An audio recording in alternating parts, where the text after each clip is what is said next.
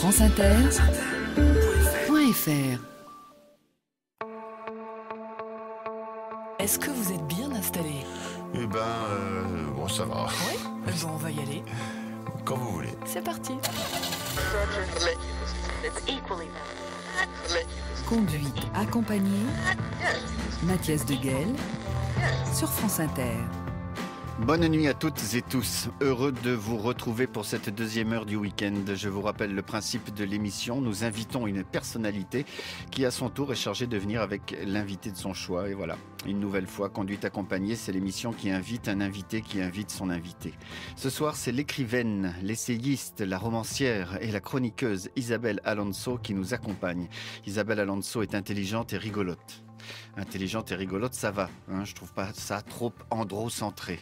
Je continue. On a pu entendre Isabelle Alonso dans Feu, l'émission Rien à cirer sur France Inter.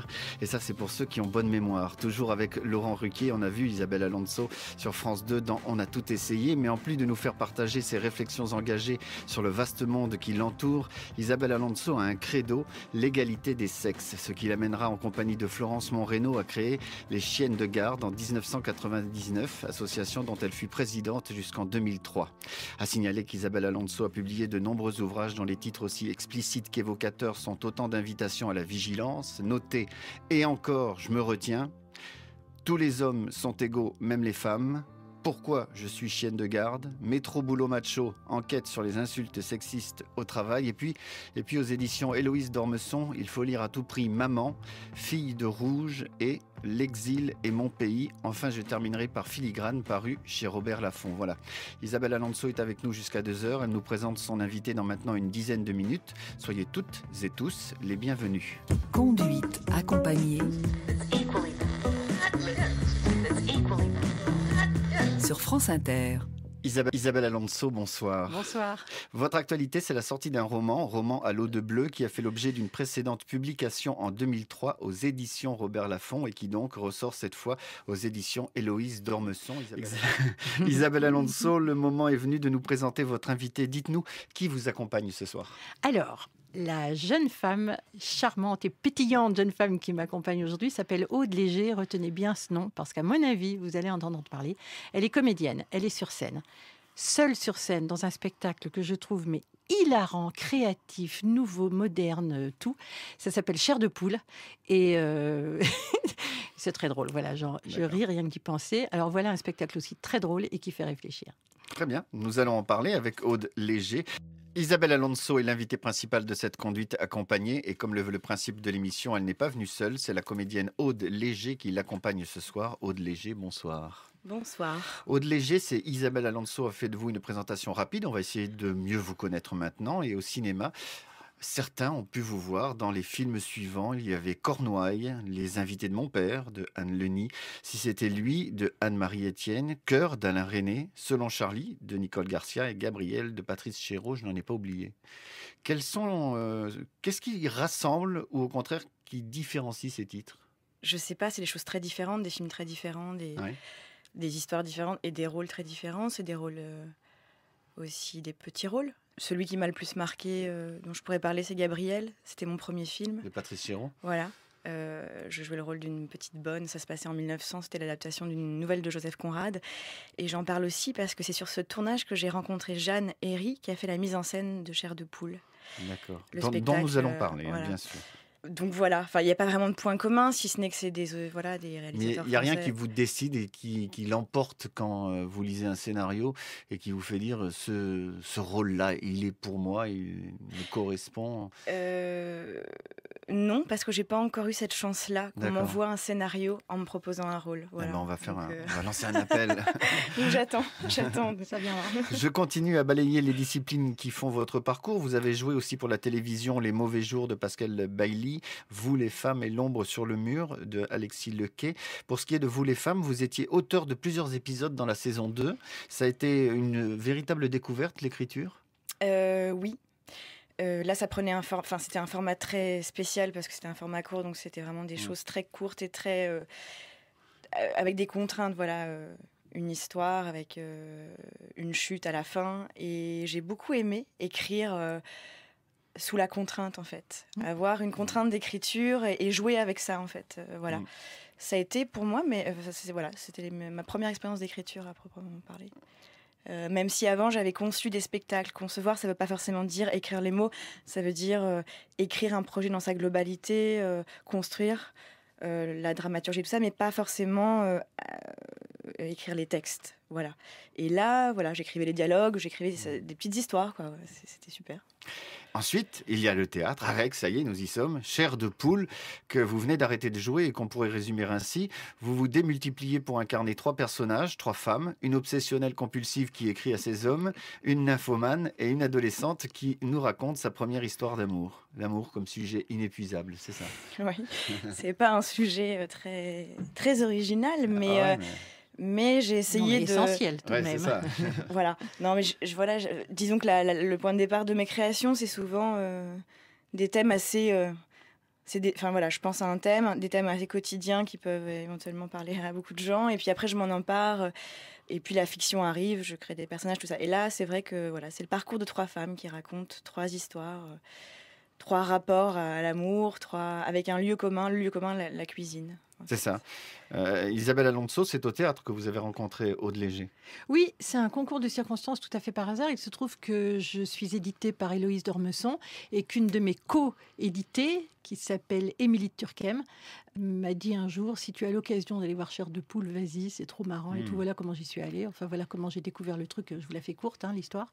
Mais donc, je suis allée voir Chair de poule et j'ai trouvé ça tellement remarquable à tout point de vue.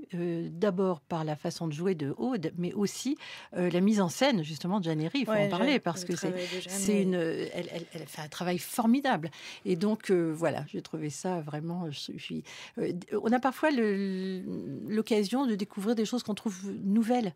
C'est pas si souvent qu'on voit du nouveau. Et là, j'ai eu le sentiment de voir du nouveau, de voir vraiment l'émergence maintenant de ce que font des femmes qui ne se posent pas de questions au départ sur leur légitimité à créer ou pas. Elles y vont, elles le font. Et ça, c'est formidable. C'est vraiment... c'est bien. Vous parlez de nouveauté, moi j'allais parler de cliché, mais pour vous titiller un peu, c'est pas un peu cliché de parler d'amour dans une cuisine? Ben si, justement, c'est tellement cliché qu'on peut se dire on va rien voir de nouveau. Or, c'est arriver à renouveler à l'intérieur d'un cliché, c'est ça qui est bien, quoi. C'est-à-dire, c'est une fille qui parle d'amour, de ses enfin plusieurs filles d'ailleurs, celle qui... Alors comment on peut dire? Il y en a une qui essaye de rattraper un mec avec qui elle a couché une fois et qui utilise tous les trucs possibles et imaginables. Elle est un peu pathétique. Il y a celle qui, ayant perdu l'attention de l'homme qu'elle aime vraiment, s'envoie tous les autres. Et puis, il y a une toute jeune fille trop mignonne qui a sa première expérience, quoi. Et ben oui, alors on pourrait se dire, alors on a déjà tout entendu et tout vu là-dessus, mais voilà. Le propre de la création artistique, c'est de faire... c'est comme un fleuve qui passe toujours au même endroit, mais c'est jamais la même eau. Et là, c'est de l'eau fraîche. Et ça n'accrédite pas ce que pensent certains, que la femme est un produit de consommation comme un autre. Ah ben si, elle l'est. Dans notre société, elle l'est. Mais c'est pas pour ça que les femmes sont complices et qu'elles se laissent faire. Alors, vous le savez maintenant, Aude Léger, une femme peut exister sans le regard des hommes? Oui, je le sais maintenant, c'est vrai.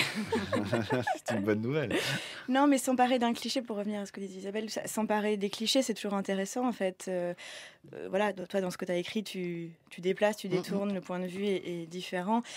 Moi, je détourne et j'amène un peu aussi d'absurde, je pousse les choses, en fait, parce que celle qui a rencontré quelqu'un qui l'a bouleversée et qui essaie à tout prix de revoir, ça devient là, je traite plutôt de l'obsession, en fait, qui est très présente dans la relation amoureuse aussi, et puis avec tout un travail de vidéo, parce qu'elle écrit sur une tablette de chocolat, en fait, des messages qui s'écrivent en direct. C'est une sorte de surenchère, en fait. Une sorte de clavier, le chocolat. Oui. Voilà. Bref, tout ça, c'est aussi des éléments, enfin, un socle qui m'a servi aussi à créer une esthétique, en fait, une scénographie, la cuisine, le cadre de la cuisine, et le rapport à la chair, en fait, parce qu'il y a une histoire de poulet. Qui en prend plein son grade. C'est ça. Ouais. En fait, que je découpe de façon très professionnelle, avec amour. Mais voilà, la découpe d'un poulet, aujourd'hui, ça paraît complètement trash et incroyable. Ouais. Et je pense qu'il y a 40 ans, tout le monde, enfin voilà, c'était quelque chose de très habituel. Très quotidien. Oui. Ouais. Aude Léger, en 2003, vous fondez votre propre compagnie de théâtre, la compagnie Artichaut, avec laquelle vous montez 4 spectacles. Petite cuisine, décidément, on ne quitte pas la cuisine. Penser colimaçon, prendre et laisser, et donc chair de poule. Alors, je vais lire le postulat, la convention de départ de la compagnie Artichaut. Ça dit ceci: le choix de thèmes quotidiens comme matière artistique et le souci de placer le spectateur dans un temps réel sont les points de départ de chaque création. Qu'est-ce à dire, Aude Léger? Les thèmes du quotidien, j'en parlais tout à l'heure. Voilà, je m'inspire aussi de ce que je vis, de ce qui me touche. Je parle de ce qui m'intéresse et ce que je connais. Et après, j'invente des histoires et je les invente aussi avec les gens qui travaillent avec moi, avec Maël Piriou, qui est l'auteur de Chair de poule, par exemple, ou avec les auteurs avec lesquels j'ai travaillé avant, et le metteur en scène. Et puis, le postulat de départ, oui, c'est qu'il n'y a pas de quatrième mur, c'est-à-dire qu'on est un peu... là, j'en reviens aussi au début du théâtre, c'est-à-dire que c'était une sorte de rituel. Les gens, voilà, on vit quelque chose ensemble en même temps. Je vous parle, je fais pas semblant que... on fait pas semblant, en fait. Ça veut pas dire que je m'adresse, que je vous prends à partie, que je suis dans cette chose-là. Mais ça veut dire que, surtout dans le cadre du seul en scène, je m'adresse au public. Je raconte mes histoires au public. Donc, voilà, dans le cadre du seul en scène, ça a encore plus un sens. Mais voilà. Ça approche du stand-up. Non. Ben non, en fait non, parce que Absolument je voudrais dire un truc. pas. Elle fait un truc. Faut pas. Elle fait un truc Aude sur scène aussi. Elle met à cuire un gâteau au chocolat. Ouais. Et elle est en train de parler, d'un seul coup, il y a une odeur de chocolat absolument délicieuse qui s'avance vers nous. Et ça, c'est la première fois que je fais du théâtre avec odeur. Ah oui. Des fois, il y a une odeur qui flotte dans le théâtre, mais là, c'est carrément, on sait d'où elle vient, l'odeur. C'est à plusieurs dimensions, voyez-vous.